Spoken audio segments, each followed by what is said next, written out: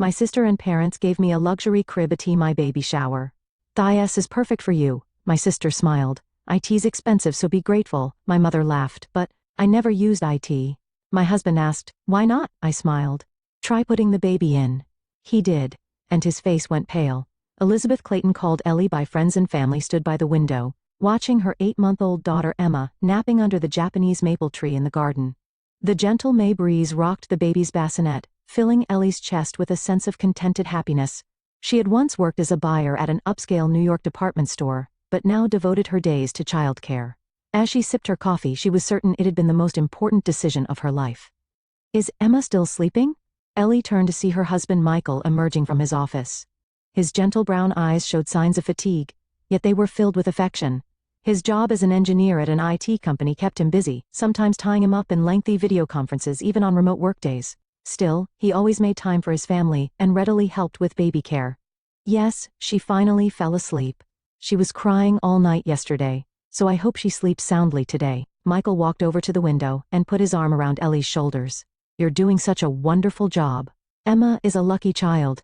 Ellie smiled, leaning against her husband. Their peaceful moment was interrupted by the ringtone of her cell phone in the living room. Looking at the screen, she saw it was from her sister Vanessa. Ellie sighed. It's Vanessa again, she said before answering. I'm sure it's about that fancy baby crib. The conversation with Vanessa went exactly as Eli had predicted. Vanessa worked as a manager at an upscale brand store downtown and always kept an eye on the latest trends and status symbols. She was asking again about the baby crib she had given to Eli and Michael. Eli, are you using that crib yet? I want to see photos. Upload them to Instagram. Ellie closed her eyes, summoning her patience. Not yet, Vanessa. Emma still seems to prefer the bassinet. Still, at 8 months? She must have gotten so big. The elite sleeper can be used from 6 months to 3 years. It's really popular among celebrity moms. I know, but Mom is concerned too. She says it's so disappointing that such an expensive gift isn't being used. Vanessa's voice had a tone of reproach. Ellie looked out the window, narrowing her eyes. Vanessa, can't you just let us go at our own pace? After hanging up, Ellie sat down on the sofa and looked up at Michael with a tired expression. Same conversation again? Michael asked as he sat beside her. Yes. Vanessa and Mom seem to think that not using what they've chosen for us is a personal insult. Family relationships had always been complicated. Her mother, Carol, a former high school teacher, was actively involved in local social circles after retirement. She always valued appearances and worried about how others perceived her. Her father, Thomas, had a mild temperament but tended to follow his wife and Vanessa's opinions. Ellie was always considered the practical one, and sometimes criticized for being too plain. I got an email from your mother yesterday, Michael said. They're coming this weekend. Your father too. Eli frowned. Really? She didn't tell me anything. Maybe they're coming to see that baby crib, Michael said jokingly, but they both knew the truth. Ellie felt a headache coming on. Her family was loving, but sometimes they didn't respect her choices. Especially her mother and Vanessa couldn't understand Ellie's tendency to prioritize practicality and safety, and always advised her to be more stylish. The phone rang again. This time it was Eli's best friend Rachel. Rachel was a former colleague from when Eli worked at the department store, and one of the few people with whom she had maintained a friendship. Rachel, I was just wanting to talk to you, Eli said with relief in her voice. What's wrong? You sound tired. It's my family. They're putting pressure on me again about that baby crib. The elite sleeper, you're still not using it? Eli hesitated. Actually, I don't plan to use it. Why not? I'll explain. But I'd rather talk about it in person. Okay, how about lunch tomorrow, at that cafe? Thanks, that would be great. After hanging up, Eli turned to Michael. From her expression, he could tell something was bothering her. Everything okay? He asked. Eli sank back into the sofa and said, carefully choosing her words, There's something I need to tell you about that baby crib. Just then, they heard Emma crying from the garden. Michael stood up saying, Let's talk later, and headed outside. Eli watched him go, feeling torn between her desire to avoid conflict with her family and her determination to keep her daughter safe. Perhaps talking with Rachel tomorrow would clarify what she should do. At least Rachel would understand. 3 months ago, Ellie's baby shower had been held at her parents' spacious suburban home. Pastel pink and blue balloons swayed in the garden, and delicate finger foods were beautifully arranged on tables. Amidst gathered friends and relatives, Ellie smiled as she greeted everyone, cradling her growing belly. Then came time for gifts. Finally, we have something special, Carol announced as Thomas and Vanessa brought in a large box. This is from all of us. Ellie carefully opened the wrapping paper, and found an elegant baby crib inside. The elite sleeper, with its glossy white wood and delicate gold decorations, was undeniably beautiful. "It's perfect for you, sis," Vanessa said with a broad smile. "It matches your minimal interior too, isn't it lovely?" Carol nodded. "It's very popular among celebrity moms right now. That Hollywood actress uses it too. It's a luxury item, so be grateful." Ellie noticed that the price tag had been removed from the box, but she knew this brand's reputation. It probably cost more than half her monthly salary. "Thank you, really," she stammered. "Thank you for such a lovely gift." But deep down she felt uncomfortable. Why hadn't Vanessa and her parents consulted her and Michael about the simple, practical crib they had already chosen? After the party, while Michael was loading gifts into the car, Vanessa grabbed Ellie's arm. "Thanks for pretending to be happy in front of everyone," she whispered. "I could tell from your face that you didn't like it at first, but trust me, this will make you the envy of other moms." Ellie forced a smile. "I was just surprised. Thank you, really." Back home, Ellie read the instruction manual for the baby crib. There were many descriptions of the luxury materials and innovative design, with phrases like the ultimate sleep experience, chosen by celebrity children, appearing repeatedly. However, there was surprisingly little information about safety and material details. "Something bothering you?" Michael peered over her shoulder at the manual. "I don't know." Eli frowned. "Something feels off." She took out her smartphone and searched for elite sleeper baby crib reviews. Many photos of celebrities and influencers appeared, all proudly showcasing their babies with the same crib. But she found almost no practical reviews of the product itself. The next day, Ellie met Rachel at the cafe. "It certainly looks beautiful," Rachel said, looking at the baby crib photo on Ellie's smartphone. But, it prioritizes appearance over practicality." Rachel shrugged. "It's strange that there's so little detailed information about safety." "You think so too?" Ellie sighed with relief. "I thought I was just being neurotic." "You're a mother. You have every right to be neurotic." That weekend, Ellie and Michael assembled the baby crib. The parts from the box had a luxurious feel, and the assembly instructions were clear. However, Eli noticed an unnaturally strong smell from the completed bed. "Doesn't this smell strange?" she asked Michael. Michael sniffed it. "It has a bit of a new product smell, but it'll probably fade away." Ellie wasn't convinced. She held Emma and brought her near the crib. Strangely, the usually calm Emma suddenly became irritable and began rubbing her face with her small hands. "What's wrong, Emma?" Ellie observed her baby with concern. Small red spots began appearing on Emma's cheeks. Ellie quickly moved her daughter away from the crib and took her to another room. After a few minutes, the rash began to fade, and Emma calmed down. The next day, Ellie conducted an experiment. When she brought Emma near the baby crib again, the same reaction occurred. This time she even started coughing. Ellie immediately moved the baby away, feeling deep anxiety. "Michael," she called her husband, "there's something wrong with this bed. Emma seems to be having an allergic reaction."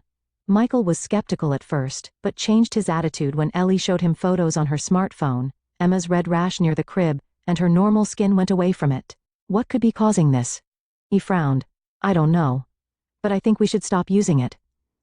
That afternoon, Ellie secretly purchased another baby crib from a local children's store. She chose one that was simple, practical, and had clearly displayed safety standards. She set it up in another room and started putting Emma to sleep there. The baby showed no problems. However, the issue was the relationship with her family. "How's the crib? Does Emma like it?" Messages from Vanessa came almost daily. "It's lovely, thank you," Ellie continued to lie. "Send photos." The demand came from her mother as well. Ellie made up excuses. "She's sleeping right now. Let me tidy up first. I'll take a nice photo this weekend." And today, Michael had come home early from work and sat Ellie down on the sofa. "I want you to be honest," he said with a serious expression. "Why aren't you using that luxury baby crib? I know you're hiding another bed because of concern for family. But why?" Ellie took a deep breath. "See for yourself," she smiled. "Try putting the baby to sleep." With a confused expression, Michael picked up Emma and approached the elite sleeper. As Emma began to flail her little arms and legs, and the moment Michael tried to place her in the bed, her skin began to redden and swell with intense coughing. Michael immediately picked Emma up, his face pale. "My goodness," he said in a trembling voice. "Something is definitely wrong." Ellie took Emma from him and gently rubbed her back. "This is what I wanted to tell you. Something from the bed is causing Emma to have an allergic reaction." Michael's expression became determined. "We need to investigate. This isn't just a sensitivity issue. It could be something serious." Eli looked at her husband and felt true relief for the first time. At least he would be on her side. But she knew there would be conflict with her family ahead. Your mom and the others are coming next week, right? She asked. Michael nodded. We'll have to explain. Do you think they'll understand? I don't know, Michael answered honestly. But Emma's health comes first, that's for sure. Holding Emma close, Eli wavered between anxiety about what was to come and determination to protect her child's safety. The next morning, Michael called his company to take time off. Eli showed a relieved expression at his determination. How should we investigate? Eli asked, sitting at the kitchen table and drinking coffee. Michael opened his laptop and said, First, we need to identify what this is. Let's collect samples from the bed. Ellie nodded and said, Rachel's friend Natalie is a medical journalist. I'll try contacting her. Michael began carefully examining the baby crib. He collected small samples from areas with particularly strong odors. Ellie was moved by Michael's serious expression. Until yesterday, she had worried that she might be overreacting, but now she felt they were tackling the problem together. My college friend David is a pediatrician, Michael said. He might be able to arrange tests. Ellie picked up her smartphone and searched for elite sleeper health issues. The first results were mostly corporate press releases and positive reviews. But after scrolling through several pages, she found several social media links with content has been removed messages. This is strange, she frowned. There are lots of deleted posts. Michael peeked at her screen. That's suspicious. Something might be being covered up. That afternoon, Ellie met with Rachel and her friend Natalie. Natalie was a journalist who had written numerous articles about the safety of children's products. Natalie said, taking a sip of coffee, Actually, I think I've heard something about this brand. She opened her laptop and began checking her files. Here it is, she suddenly exclaimed. Last year, a blogger deleted all her content after posting a critical review of the elite sleeper. I found it strange and tried to contact her, but and? Eli leaned forward. She didn't want to talk. It seemed like there was some legal issue. The three women looked at each other. So, you're saying someone is suppressing information about known problems? Rachel said. It's possible. Natalie chose her words carefully. I'll investigate further. 2 days later, Michael received a call from his friend David. His voice was filled with tension. Mike, the test results for your samples are in. I'm afraid it's not good news. Michael switched to speaker mode so Eli could hear too. What did you find? Ellie asked anxiously. High concentrations of formaldehyde and a type of flame retardant that was banned several years ago. They seem to be particularly present in the wood finish and adhesives. These can definitely cause skin irritation and respiratory problems. Ellie and Michael looked at each other, holding the phone with trembling hands. David, thank you so much, Michael said. Is there anything we can do? I'll create an official report. This shouldn't be sold in the first place. I recommend reporting it to the Consumer Product Safety Commission. After ending the call, they were silent for a while. Tears of anger and sadness welled in Ellie's eyes. Our family gave Emma poison as a gift, she said in a trembling voice. Michael took her hand. They didn't mean harm, but now we need to find out the truth. That night, Natalie contacted them. Her voice was excited. Eli, you were right to be suspicious. According to my industry sources, the Elite Sleeper is a brand designed for appearance and prestige, while the actual products are cheaply produced in unlicensed factories in China. They're using connections to bypass safety standards. But how? American safety standards are supposed to be strict, aren't they? Eli asked in confusion. That's the problem. They've reclassified their products as high-end furniture to avoid the rigorous testing required for children's items. Plus, they provide free samples to celebrities for promotion and pressure to keep problems from surfacing. Ellie trembled with anger. So other babies are at risk too. With a determined expression, she opened social media and posted about her experience and warning. However, hours later, the post was deleted. Instead, a warning email from Elite Sleeper's legal department had arrived in her inbox. Eli shuddered at the message. Spreading false claims about our product constitutes defamation. That weekend, Vanessa and their parents visited Ellie's home as planned. Ellie opened the door while holding Emma, greeting them with a tense smile. Emma, you've grown so much. Carol reached for her granddaughter. Let me hold her. Eli handed her daughter to her mother and led the family to the living room. But Vanessa's eyes immediately went to the new baby crib in the corner of the room. What's this? She raised an eyebrow. Where's the crib we gave you? Eli took a deep breath. I have something to talk to you about. As she began to explain the issues with the baby crib, her mother's expression gradually hardened. When Ellie talked about the test results, Vanessa folded her arms and snorted. You're just being too neurotic, Vanessa said coldly. Babies are sensitive. Thousands of babies use that crib, and I've never heard of any problems. Is that really so? Ellie countered. Because information is being deliberately suppressed. Carol sighed. Elizabeth, in our day we didn't worry about these chemicals. You young parents worry too much about everything. Ellie tried to control her anger. Mom, this isn't about being overly worried. Emma actually showed a reaction. She got a rash and started coughing. Thomas spoke for the first time. If there really is a problem, it's worth investigating, isn't it? Thomas. Carol looked accusingly at her husband. Are you taking her side too? The argument heated up, and when Carol criticized, your parenting is too perfectionist, Ellie finally exploded. Are you prioritizing appearances over your child's health? She said with a trembling voice. This bed is making Emma sick. A tense silence filled the room. At that moment, Michael returned from work. He sensed the atmosphere and immediately understood the situation. Everyone, let me demonstrate, Michael said quietly. He brought out the elite sleeper and placed it in the center of the living room. Can I hold Emma? He asked Carol. Carol hesitantly handed her granddaughter to him. Michael brought Emma close to the crib, and as everyone watched, red spots began to appear on Emma's skin, and she started to cough. He immediately moved the baby away. I can't believe it, Thomas said with a shocked expression. Rachel and Natalie arrived just at that moment. Natalie opened her laptop and showed the family the evidence she had gathered. This is consumer fraud, Natalie explained. Products sold at high prices for their attractive design, but they don't meet safety standards. Carol was speechless and sat down on the sofa. Thomas shook his head bitterly. To think we gave such a thing to our granddaughter. But Vanessa still didn't seem convinced. What happens to me if this goes public? I recommended it on Instagram. Ellie felt desperate at those words. You still care about appearances, more than Emma's health? Of course not, Vanessa retorted, but couldn't meet her eyes. Ellie picked up Emma and showed strong determination. I choose my daughter's safety over family appearances. And for other babies' sake too, I intend to reveal the truth. It was clear that a deep rift had formed in the family. Thomas had begun to show understanding for Ellie's opinion, but Carol and Vanessa were turning away in fear of embarrassment. Ellie made up her mind, preparing for the difficult battle ahead. The fight to protect truth and safety had begun. The next morning, Ellie woke up to a notification sound on her smartphone. Looking at the screen, she saw an Instagram post from Vanessa. A weekend that made me think about the importance of family connections. Sadly, some people can't understand the value of luxury items. #family bonds, #misunderstood. Eli sighed.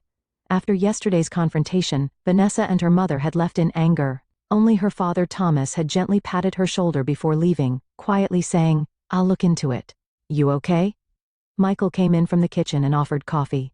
Vanessa has started throwing shade on social media. Eli handed him the phone. Michael scrolled through the screen and frowned. Look at the comments section. Your friends are supporting you. Indeed, several of Eli's friends had commented. Even Rachel had written, safety should be the priority. Ellie put down her phone and renewed her determination while preparing Emma's milk. If I stay quiet, other babies will be at risk. That afternoon, Eli posted a question in her local mothers group chat about the safety of baby products. She didn't mention specific brand names, instead raising the topic as a general discussion about safety of design-oriented luxury baby products. The response was surprisingly large. She found that many mothers had similar concerns. One woman revealed, my child also developed a rash from a luxury brand product, and another shared rumors that some companies forge safety certificates. As Eli was preparing dinner, her smartphone rang. It was an email from an unknown number. Miss Elizabeth Clayton, this is the legal department of Elite Sleeper Company. Spreading false information about our products constitutes defamation and business obstruction. Please contact us urgently regarding this matter. Her hands trembled. Michael placed his hand on her shoulder and said, Don't be afraid, you're doing the right thing. The next day, Eli and Michael filed a formal complaint with the Consumer Safety Agency. They attached David's test results and the evidence Natalie had gathered. The procedure was easier than expected, but the official warned, the investigation will take time. A few days later, Rachel called. Why don't we hold a workshop tomorrow at the mothers group about baby product safety? Natalie says she'll speak as an expert. Really? Ellie was surprised. I'm a bit scared after getting warning emails from the manufacturer. That's exactly why it's important, Rachel said strongly. They want to silence you. But you're not alone. The workshop was held at the local community center, and more mothers gathered than expected. Natalie explained about safety standards for children's products, and Eli shared her experience as a consumer. She avoided specific brand names, using the general term luxury baby crib. What I want to say is the importance of not judging by price or appearance alone, but investigating safety on your own, she concluded. However, during the presentation, the door opened, and Vanessa entered with an angry expression. "How dare you do this?" Vanessa said with a trembling voice. "You're ruining the family's reputation." As the venue fell silent, Eli took a deep breath. "Vanessa, let's not discuss this here. I'll show everyone," Vanessa persisted, "that my sister is just being too neurotic." Allie looked at Michael. He nodded slightly and stood up, holding Emma. "I'll show you evidence," Allie said quietly, signaling to Michael. He took out a prepared sample piece of the Elite Sleeper from his bag and brought it near Emma. Immediately, a reaction began to appear on the baby's skin. The audience gasped. "This is not an act," Eli said to the participants. "As mothers, it's our duty to protect our children's safety, even if our family doesn't understand." She looked at Vanessa. Her sister's face showed anger, confusion, and a little shame. "Are you really saying you're selling products that endanger babies?" Vanessa lowered her voice.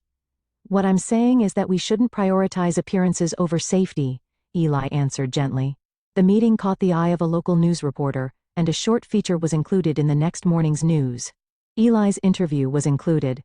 3 days later, a press release announced that the Consumer Safety Agency had begun a voluntary product recall for quality improvement. Learning this, Eli felt a sense of achievement but also deep fatigue. She had won, but could her relationship with her family be repaired?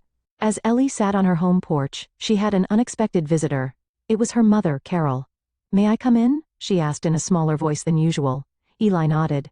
Carol sat on the sofa and after a moment of silence said, "You were right, Mom." Eli searched for words. "No, listen, I was wrong. I'm sorry for criticizing your parenting. You are truly a good mother, Elizabeth." Ellie took her mother's hand. Tears welled in her eyes.